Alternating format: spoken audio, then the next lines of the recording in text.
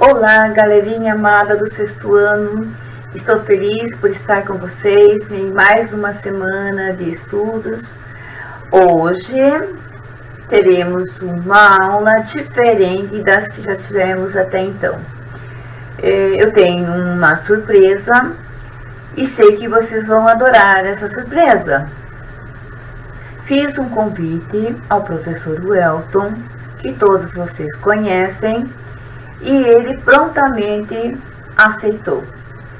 Eu já havia falado para vocês, né, antes da pandemia, que ele tinha feito uma viagem, né, maravilhosa, que tinha ido até o Egito, depois ele foi para a Grécia, e que foi assim, que ele viveu momentos assim, de puro êxtase, né? Primeiramente, gostaria de agradecer ao professor Welton pela disponibilidade em nos atender, né? Mas por conta do isolamento social, estamos cada um no seu espaço físico. Agora, professor Welton, te deixo à vontade para você fazer os seus relatos, né? Que você vivenciou quando pisou no Egito e na Grécia. Agora é com você, professor Welton. Olá, pessoal, tudo bem? Tudo bem, professora Nádia? Bom, então, atendendo a seu pedido, vamos passar as impressões que a gente teve. Nós já tínhamos combinado já isso, que quando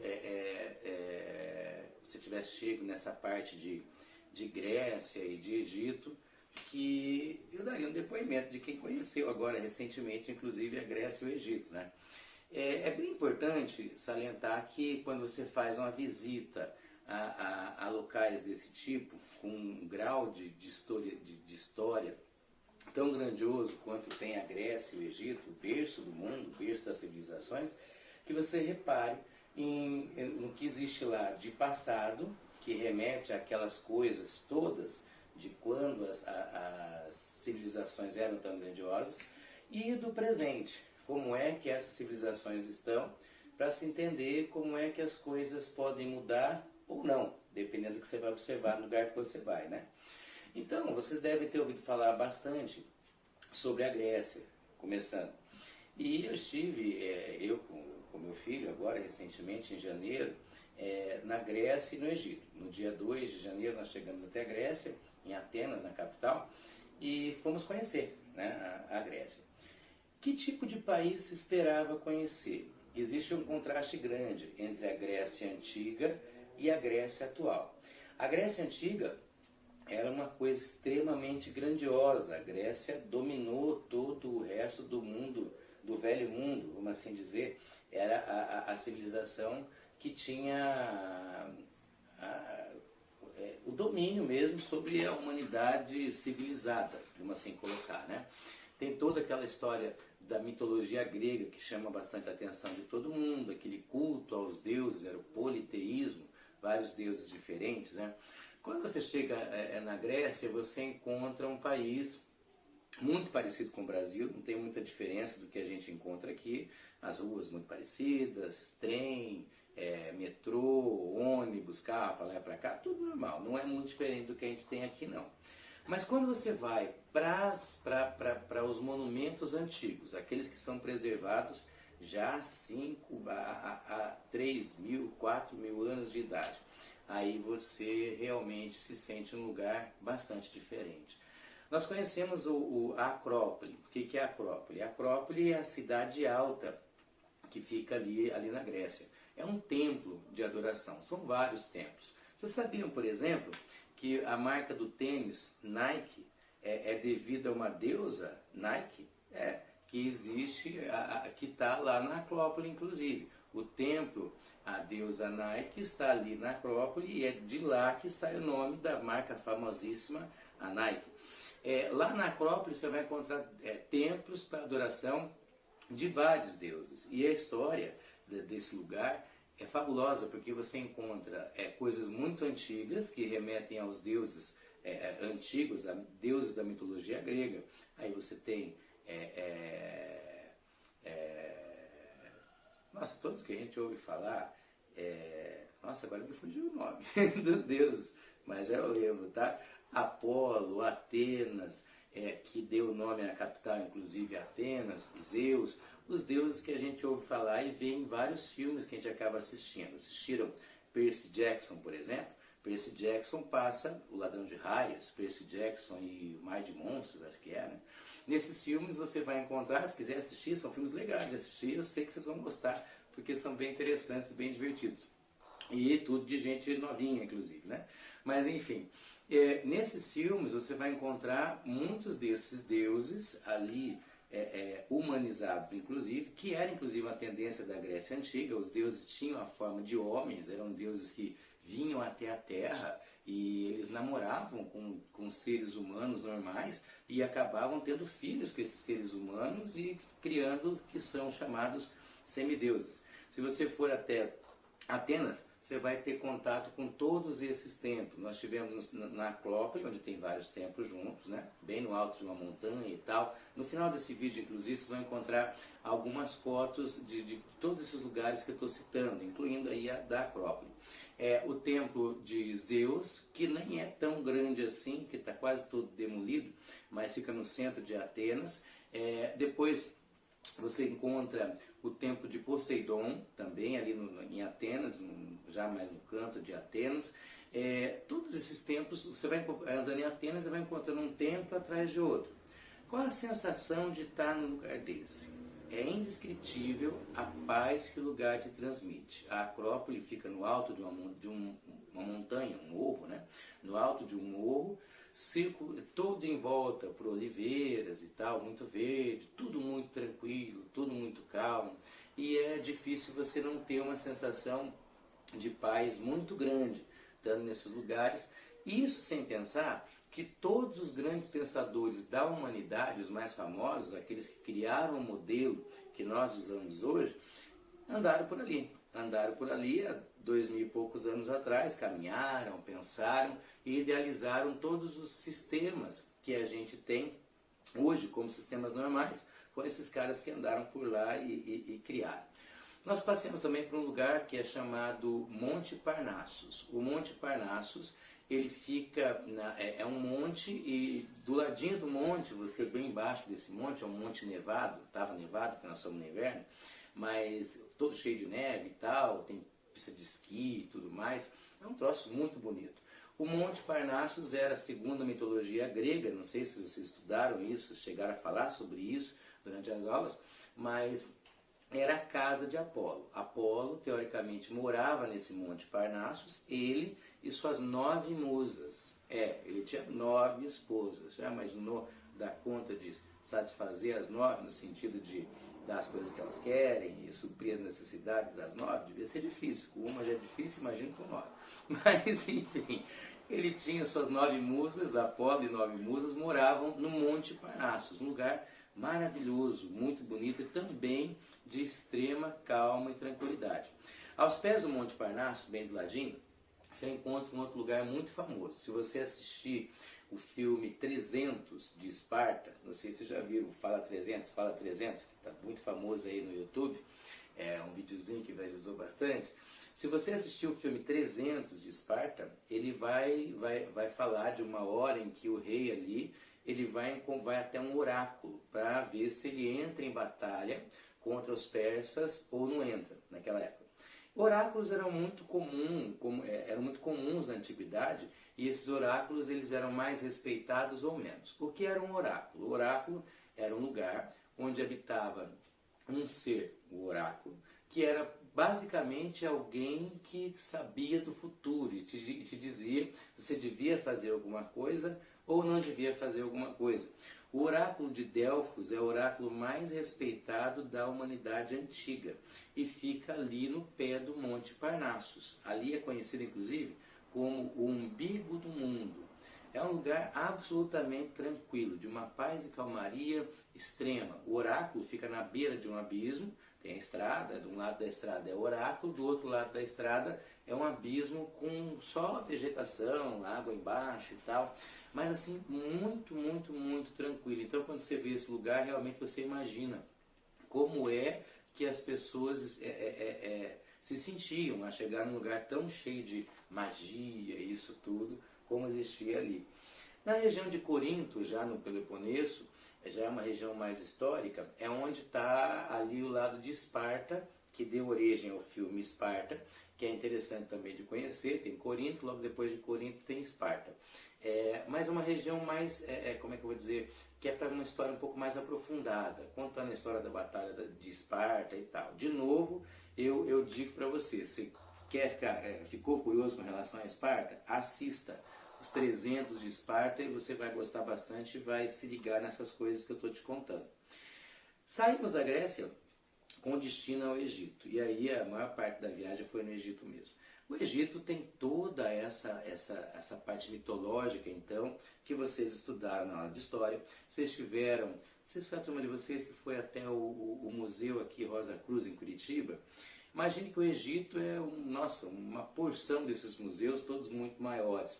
E lá é a realidade, lá não foi uma coisa colocada ali, lá é onde a coisa aconteceu mesmo. O Egito ele tem uma geografia que é interessante. Você chega na capital, no Cairo, imagine que o Egito é daqui até aqui embaixo, tá? Mais ou menos assim, daqui até aqui. O Egito ele é todo feito, todo ele surgiu a partir de um rio muito famoso. Sabe qual que é o rio, né? Ah, já sei que sabe. O Rio Nilo. O Rio Nilo é a pérola do Egito, é a dádiva do Egito. Ou melhor, o Egito é a dádiva do Nilo. O Egito existe porque o Nilo existe. Do lado do Rio Nilo foi sendo edificada a civilização egípcia. Isso, nós estamos falando de 5.000 anos atrás. Coisa bem antes de você nascer, até de eu, que sou velho, nascer. Mas, enfim, 5.000 anos atrás. Tudo se criou em volta do rio. Por quê? Para sobreviver é necessário que eu tenha água. E o Rio Nilo é super caudaloso, tem muita água. Então é por conta disso que a civilização se desenvolveu ao longo desse rio. O Rio Nilo ele começa lá na região da Alexandria, bem na ponta do Egito, vai descendo. Aí tem o Cairo, que é a capital, que é bem pertinho da ponta, e vai descendo, vai descendo, vai descendo. E ao longo do Rio Nilo inteiro, você vai encontrando templos e mais templos em cidade após cidade. Durante o navegar, o que nós fizemos? Na viagem a gente desceu desde o Cairo, lá da capital, lá em cima, até lá no sul, lá embaixo, na cidade de Assuã ou Aswan. Na cidade, são dois nomes do mesmo lugar. Na cidade de Assuã, nós descemos de trem. Foi uma viagem de 900 quilômetros de trem. É um trem bem bacana. Você vai dormindo no trem e tal, tem cabine para dormir, bem igual você vê nos filmes. Sabe aqueles filmes da Múmia, que você já deve ter assistido? A Múmia 1, 2 e 3? Então, acho que no filme da Múmia 1, acho que no da 1, creio que no da 1 ou no 2, não tenho bem certeza. Você vai encontrar, inclusive, várias viagens nesses trens aí. Ou Indiana Jones, se assistir também, tem viagem nesses tipos de trem. Nós descemos de trem e não vimos muita coisa, porque foi de noite, foi dormindo, mas quando a gente chegou, aí nós chegamos lá embaixo, no Nilo. Quando a gente chegou em Assuã, lá embaixo, a gente encontrou o primeiro grande templo, que é o templo dedicado à deusa Ísis. Deusa Ísis, que na verdade foi, segundo a mitologia egípcia, ela reencarnou em Cleópatra. Já ouviu falar de Cleópatra? Cleópatra, a professora deve ter falado para vocês. Cleópatra foi uma das grandes rainhas do Egito, descendente direta de Ptolomeu. Ptolomeu, que era grego, na verdade macedônio, e acabou assumindo como faraó quando Alexandre o Grande invade ali o Egito e declara que o Ptolomeu vai ser faraó. A Cleópatra, ela cria a ideia, porque todos os faraós, na verdade, tinham essa ideia de que eles eram deuses, né? E ela se associa à imagem da deusa Ísis. Ela é a reencarnação de Ísis. E lá em Assuã criaram um templo chamado Templo de Philae, que é um templo em homenagem a Isis, em adoração a Isis. O templo é maravilhoso. Você, para chegar no templo, tem que pegar um barco, o templo fica numa ilha, não tem como chegar pelo continente. Ele fica numa ilha, você vai de barco, chega até o templo, a visão é maravilhosa de barco. Logo quando você entra, chega no templo, muitas e muitas imagens da deusa Isis ali esculpidas, algumas da própria Cleópatra, que foi colocado depois, tá? Na sequência, mas assim, igual você vê, na parede não tem um canto de parede que não tem um desenho retratando alguma coisa que aconteceu. E aí você encontra ali naquele templo todo o retrato de Cleópatra e tal, que era uma rainha muito respeitada no Nilo, apesar de você assistir algum filme de repente, que diga que Cleópatra era famosa só porque era muito bonita, sedutora e tal. É mentira. Na verdade, no Egito, todo mundo tem Cleópatra como uma grande rainha, muito inteligente, e que a seu tempo soube muito bem o que fazer e a forma de se manter no poder, porque sempre tinha alguém querendo tomar o lugar dela. Pra você ter uma ideia do que ela teve que fazer, não se assuste, é muito comum naquela época. Ela matou 2 irmãos dela para não tomar o poder dela. Ela acabou matando 2 irmãos para não tomar o poder dela. E quando houve uma invasão dos romanos ali no Egito, ela já tratou de namorar o imperador na época, o César. Ela tratou de namorar 2, inclusive, para garantir que eles mantivessem ela no trono governando. Então, boba, ela não foi nem um pouco. O templo dela é maravilhoso, é coisa linda de viver. Uma curiosidade sobre o templo estava num lugar, era numa ilha, só que essa ilha é num nível um pouco mais baixo. Eles fizeram em Assuã uma barragem hidrelétrica, igual tem em Itaipu, Foz do Iguaçu aqui. Aí a água subiu o nível. Como a água subiu o nível, o templo ele ia ser todo inundado. Para evitar que isso acontecesse, a Unesco, tá? A Unesco, que cuida de guardar os patrimônios históricos da humanidade, financiou tudo. Removeu pedra por pedra, tirou daquela ilha mais baixa e levou para uma ilha mais alta. E reconstruiu o templo igualzinho era, pedra por pedra. Então você anda ali, hoje no templo, não é no mesmo lugar que era, é vizinho. De onde é o templo, você vê onde era. Onde era, você não dá para ver quase nada, porque a água tomou praticamente tudo. De tão grande importância que tinha isso, né? Existia também um outro templo muito famoso, você vai ver em muitos filmes e tal, um templo chamado Abu Simbel. Abu Simbel era um templo que também ficava ao longo do curso do rio Nilo. Quando essa barragem lá de Assuã foi construída, ele também correu o risco de ser inundado. E o interessante é que ele foi todo feito numa montanha. Tinha montanha, eles moldaram a montanha e fizeram o templo adentrando na montanha. Eles não colocaram as pedras, eles moldaram a montanha para virar um templo. Por isso ele é muito famoso, Abu Simbel. O que aconteceu? Como ia inundar, a Unesco novamente mexeu seus pauzinhos, tirou o templo de Abu Simbel de onde estava, removeu com uma distância bem grande, bem no sul do Egito, na fronteira com o Sudão. Construir igualzinho era o Abu Simbel, do jeitinho que era, para que a gente pudesse visitar e tal. Nós também fomos, e fomos visitar lá e tal, andar. Realmente fabuloso, muito bonito, de novo, muita paz, muita tranquilidade, mesmo com tudo aquilo de turista que tem junto e tal, ainda assim um lugar que vale muito a pena conhecer. Saímos ali de Abu Simbel, que é esse templo que fica ali na divisa com o Sudão, e voltamos lá para Aswan, para Assuã. Quando a gente chegou em Assuã novamente, detalhe técnico, todo esse passeio é através do deserto, o deserto do Saara. O deserto do Saara, que é um dos desertos mais quentes e mais secos do mundo. Nós somos no inverno, então no inverno a gente encarava 20 graus, 22, que era o inverno rigoroso deles. O normal lá é 48, 50 graus. Como a gente foi no inverno, não teve problema. Você vai ver em fotos aí que a gente está sempre de casacão, isso, aquilo, mas é porque era inverno. No verão a coisa complica para aquele lá. Nós saímos ali em Assuã, a gente entrou num cruzeiro de navio para subir o rio Nilo. E foi muito bacana, porque daí, ao subir o rio Nilo, aí você vai conhecendo mesmo e vai entendendo como é que a coisa funciona. A professora deve ter te explicado durante a aula que o que acontecia. O rio Nilo, ele enchia d'água, dava enchente, a água extravasava nas suas margens e aquilo encharcava o solo. Depois dava a baixa, dava a seca, o rio Nilo baixava de nível e aquela água ficava encharcando o solo, mas não mais submerso, só um solo encharco, um solo encharcado. Ali eles plantavam principalmente trigo e eles viviam daquela plantação.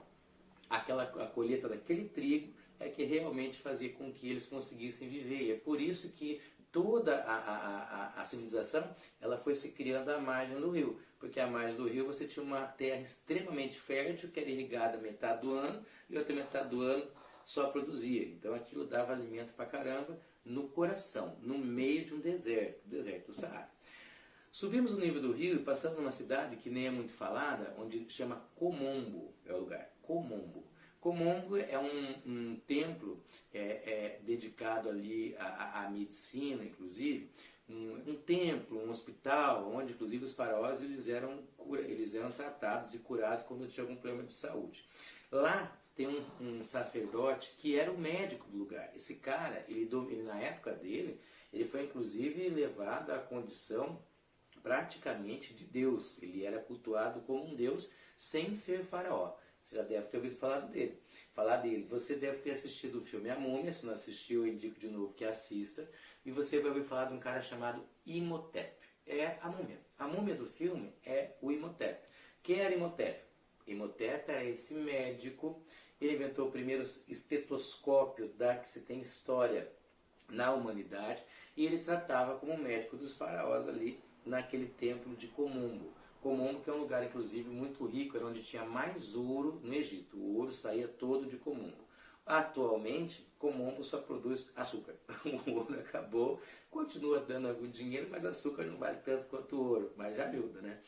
Saímos ali de Komombo, outra coisa curiosa, eles tinham mania, eles não mumificavam só pessoas, eles mumificavam animais também. E em Komombo você vai encontrar um monte de crocodilo mumificado, animais mesmo, de toda a monta. Eles mumificavam, achou de mumificar, mumificavam, mas o crocodilo em particular era mumificado de monte. Lá em Komombo tinha um monte de múmia de crocodilo. Depois você continua subindo o rio Nilo e você chega até Luxor.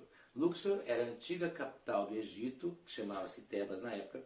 Essa antiga capital do Egito, Luxor, é onde tem os maiores templos de adoração que a gente conhece no Egito. Você vai encontrar lá em Luxor o templo de Luxor, tá? Que é um templo, você vai ver foto aí depois, mas é um templo bonito, grande, mas é no meio da cidade, na beira do Nilo.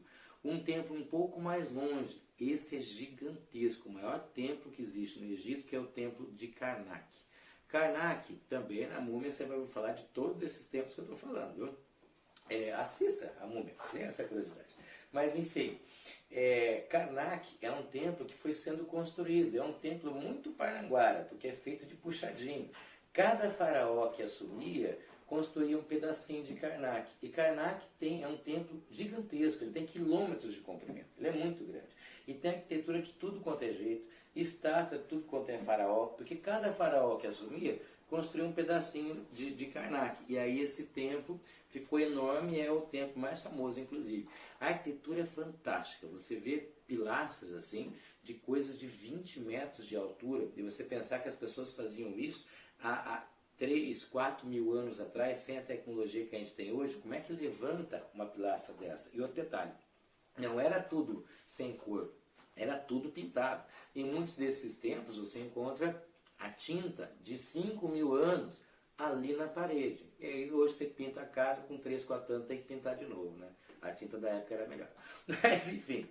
E ainda, você ali em Luxor, você vai para os famosos Vale dos Reis e Vale das Rainhas. O Vale dos Reis é onde os faraós eram enterrados, antes da história das pirâmides, tá? Eles eram enterrados ali no Vale dos Reis.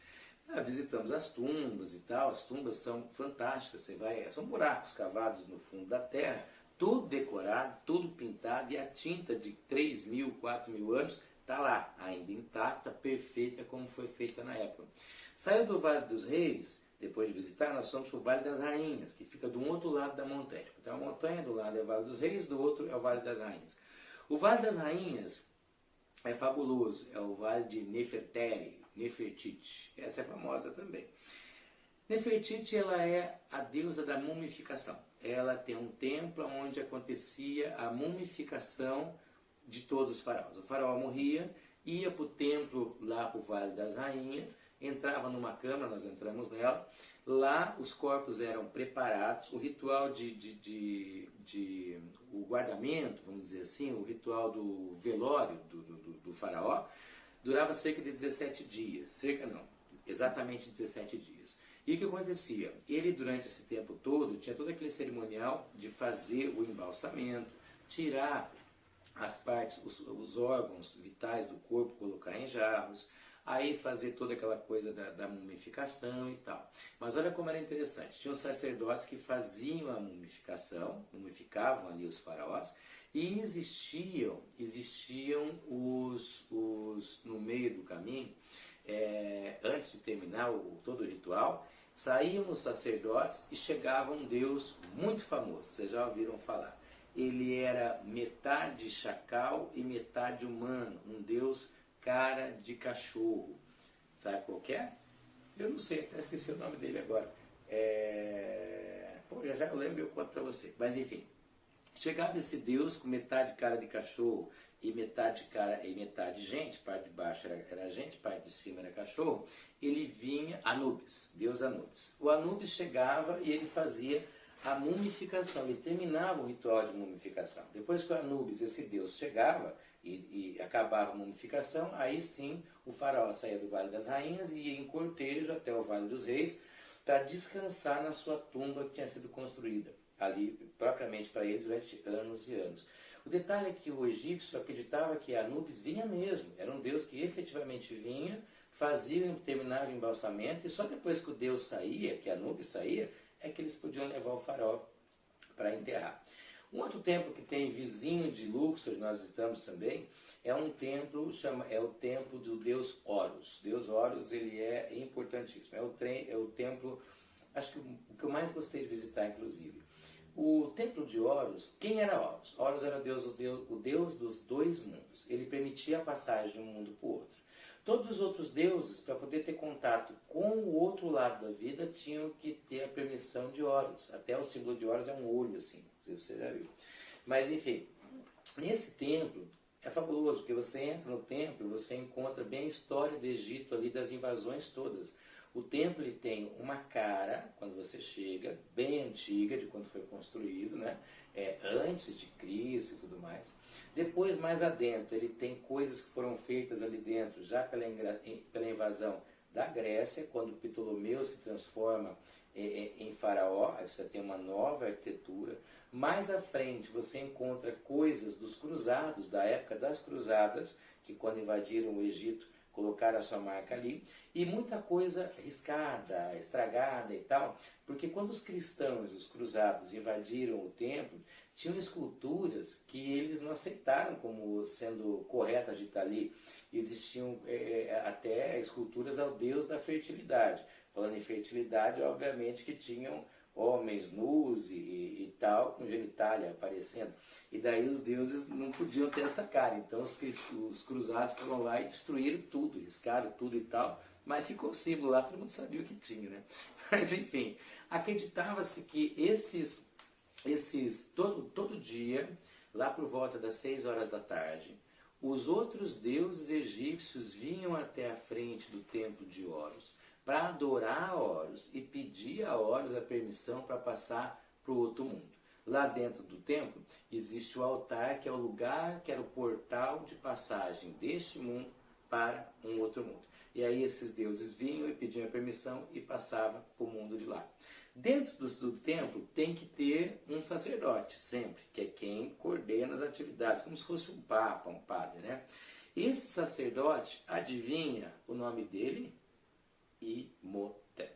Imhotep era o sacerdote do templo de Horus e era o médico do templo de Komombo e era um dos grandes arquitetos do Egito Antigo. Imhotep foi o cara, ele fez de tudo no Egito, se destacou em tudo quanto é ciência dentro do Egito Antigo. Por isso que os faraós o promoveram à condição de Deus encarnado, sem ser faraó, porque ele era o cara da época, Imhotep. E daí que eles tiraram o nome da múmia, do filme da múmia, de ser o Imhotep, que é o grande cara do passado.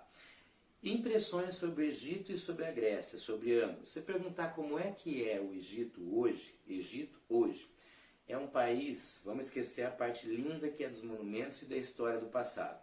É um país pobre, de um povo com muita dificuldade financeira, sem uma infraestrutura adequada, a moeda é extremamente fraca, o dinheiro vale muito pouco, uma libra egípcia vale 25 centavos de real, para você ter uma ideia, então vale muito menos que o nosso dinheiro aqui, inclusive. No cenário mundial não tem mais poder de decisão nenhuma, não está entre os bambambam da atualidade. O Egito perdeu toda a sua glória com relação ao que ele tinha de glória no passado. E nós estamos falando de um país que viveu toda essa parte de mitologia antiga, grandiosidade de faraós, teve contato com, inclusive, Maria e José, pais e mãe de Jesus Cristo, se refugiaram no Egito.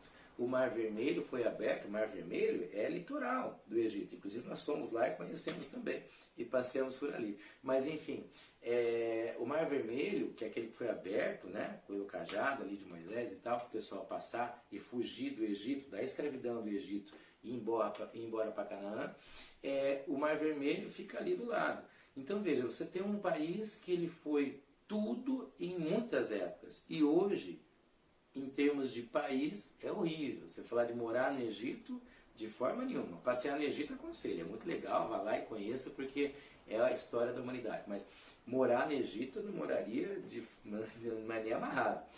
As cidades são muito grandes, o Cairo é horrível de andar. Imagina o que você vê de trânsito de Índia, buzina toda hora, um monte de carro, bicicleta, aqueles tuk-tuk que você joga naquele Free Fire, que tem aquele negócio, eu sei que você joga. Então, aquele tuk-tuk direto para tudo quanto é lado, não tem ônibus coletivo, então é um monte de van e carro de lotação, carros pequenos carregando o pessoal. É um verdadeiro inferno se locomover naquele lugar. Uma pobreza fora do comum, dá dó de ver, as pessoas elas andam pedindo dinheiro o tempo inteiro. É um país realmente em grande declínio. Outra coisa, passaram por uma série de religiões. Essa religião antiga dos egípcios não é cultuada por mais ninguém no Egito, isso é coisa do passado.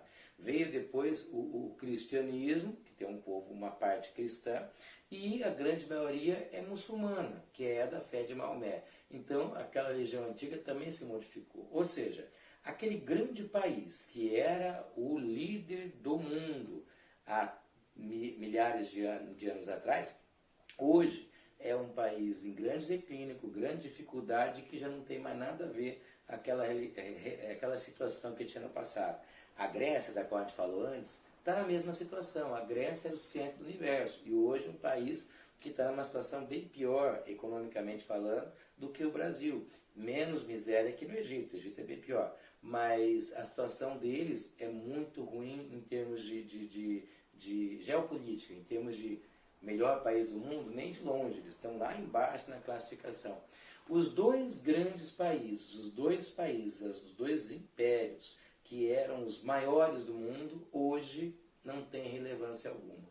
O que isso faz a gente entender, que eu achei muito importante essa reflexão.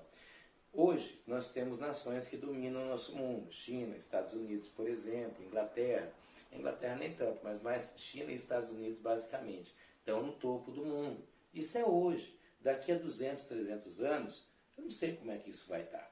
O Egito e a Grécia já foram grandes civilizações que dominaram o mundo e hoje já não são mais essa coisa. Ou seja, é uma roda, uma hora você está em cima, outra hora você está embaixo. Não existe a civilização que sempre é a maior. Existe a civilização que está no topo, mas não vai se manter no topo para sempre, porque a história mostra para a gente que é assim, um dia está muito bem, outro dia pode ficar muito mal. Era isso que eu queria compartilhar com vocês. Seria mais legal se vocês pudessem estar me perguntando as coisas, né, diretamente, mas é claro que vocês podem colocar comentários nesse vídeo. A Nádia vai receber os comentários e apesar que esse vídeo vai estar no meu canal também. Se você acessar o canal Curso Anchieta, você vai encontrar esse vídeo lá no meio. Você pode perguntar o que você quiser, que eu, com o maior prazer, vou tentar te responder se eu souber. Lembrando que eu não sou professor de história, então não posso garantir que eu saiba tudo, mas do que eu vi eu posso te ajudar, tá bom? Senhora Nádia, agora é com você. Um grande abraço, muito obrigado e a gente se vê de novo tão logo a gente possa se abraçar, porque nessa pandemia, só de longe. Tchau. Meu Jesus Cristo, eu voltei. Ué, não tinha acabado, Elton? Calma, calma.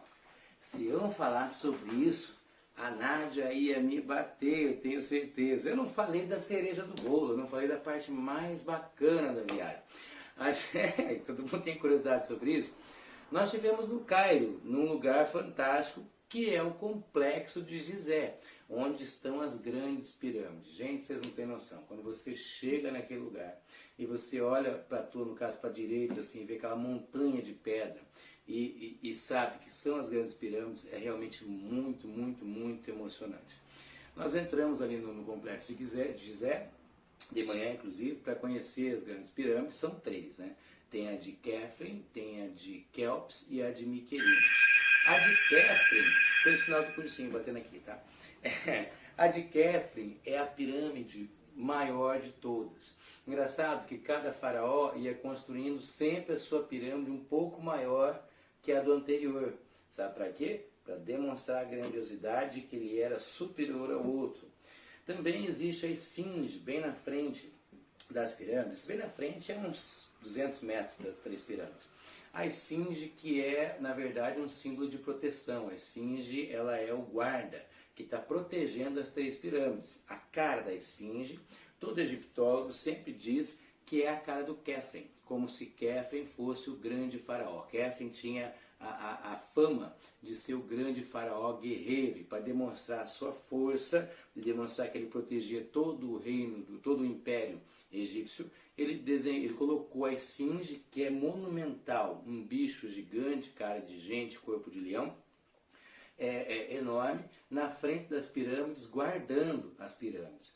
A pirâmide é construída com blocos de pedra extremamente pesados. Nós estamos falando de 2 toneladas, 2.000 quilos, cada bloco de pedra que era usado para construir a pirâmide.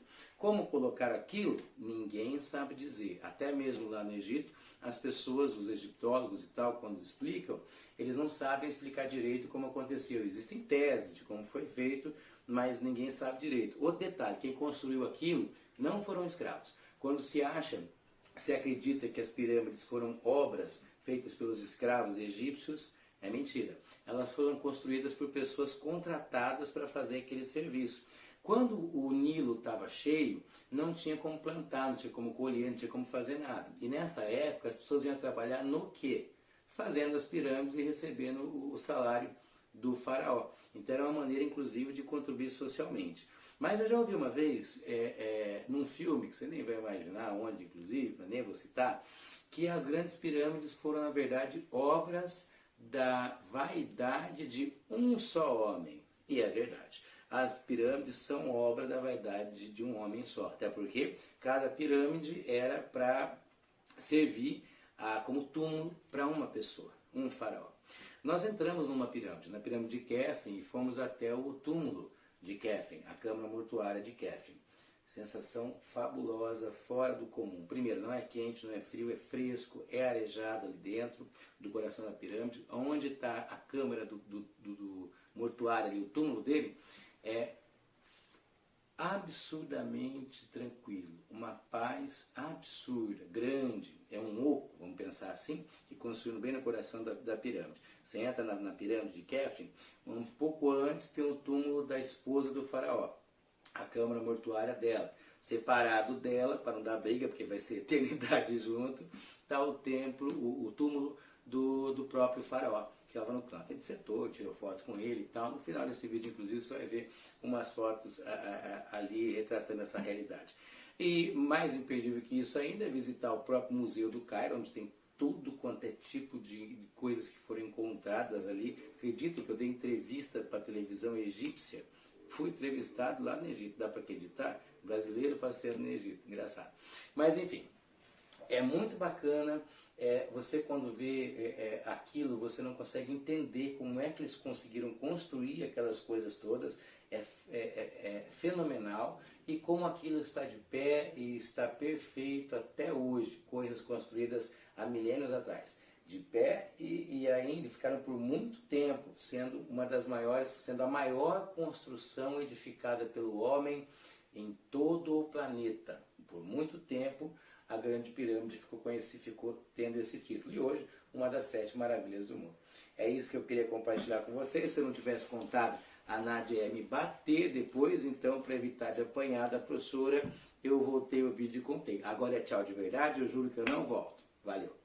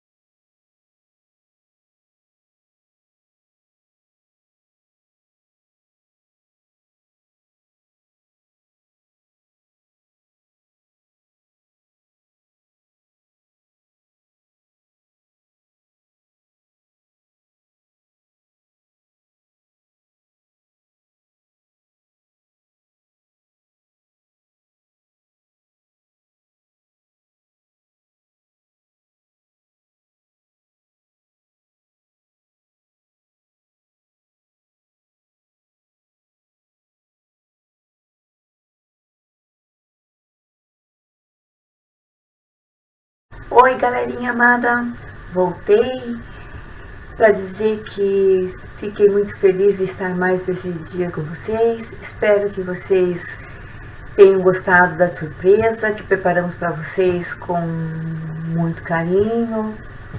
Obrigado, um obrigado especial ao professor Welton. Amei nossa parceria. Professor, seu relato sobre Grécia e Egito foi simplesmente maravilhoso. Você sempre surpreendendo. Estou muito grata por você ter me atendido e ter nos proporcionado esse momento indescritível sobre Grécia e Egito. Galera, vocês me fazem muita falta, muita falta. Estou morrendo de saudade de vocês e espero que esse momento tão ruim, né? Esse distanciamento social aí passe rápido e nós estejamos juntos.